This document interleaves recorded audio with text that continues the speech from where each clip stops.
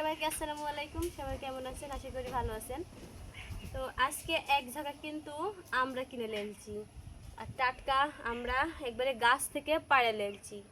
দেখতে পাচ্ছেন যে আটা বের হচ্ছে বুটার থেকে, আর টাটকা হাট থেকে কিন্তু নিয়ে আসা হয়নি, যেহেতু আমাদের গ্রামের অনেকজনেরই গাছ আছে। কিন্তু আমার মনে ছিল না, আমার বড় আম্মাই আবার মনে করে দিছে যে আমরার গাছ আছে। তো তাই বলে রাহাদের আব্বুকে কিনতে দিতাম। রাহাদের আব্বু বাজারে গেছে, তো এটি আছে কিনা আমি ফোন দিয়ে বলেছি, যদি সে যদি গাছ থেকে দেয় বেচবে কি বেচবে না আগে তো জানতে হবে। তো রাহাদের আব্বু বললো যে যদি বেচে তাহলে কিনে নেও, আর না হলে আমাকে ফোন দিয়ে বলে দিও যে দিয়ে আসার কথা।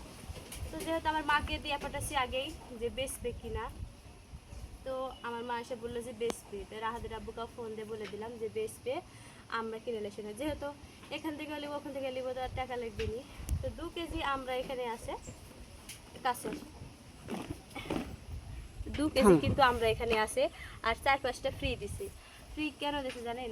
গ্রামের মানুষের এরকমই হয়, আপনি কিনতে গেলে সাথে কিন্তু দিবে, আর নতুন জিনিস সবাইকে বেটে চুরেই দেয়। আর বাজারে গেলে আপনি মনে করেন যে 5টা আমরা হয়, একটা যদি বেশি হয় সে কিন্তু যত ইয়া হোক দিবে না। আর গ্রামের মানুষ 2 কেজি দিছে, বাঁচিছে, তাও আবার দিছে।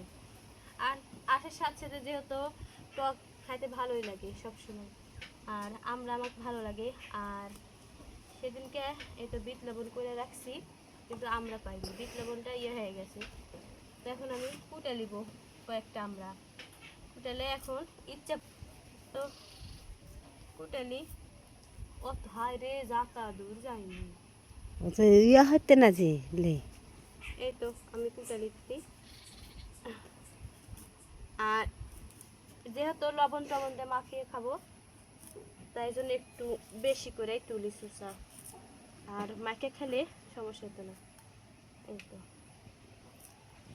পানি লেসবো, পানি লেসলে আর আটা আটা কিন্তু এগুলো জিনিস। তো মাখানোর পর আপনাদেরকে দেখাবো না।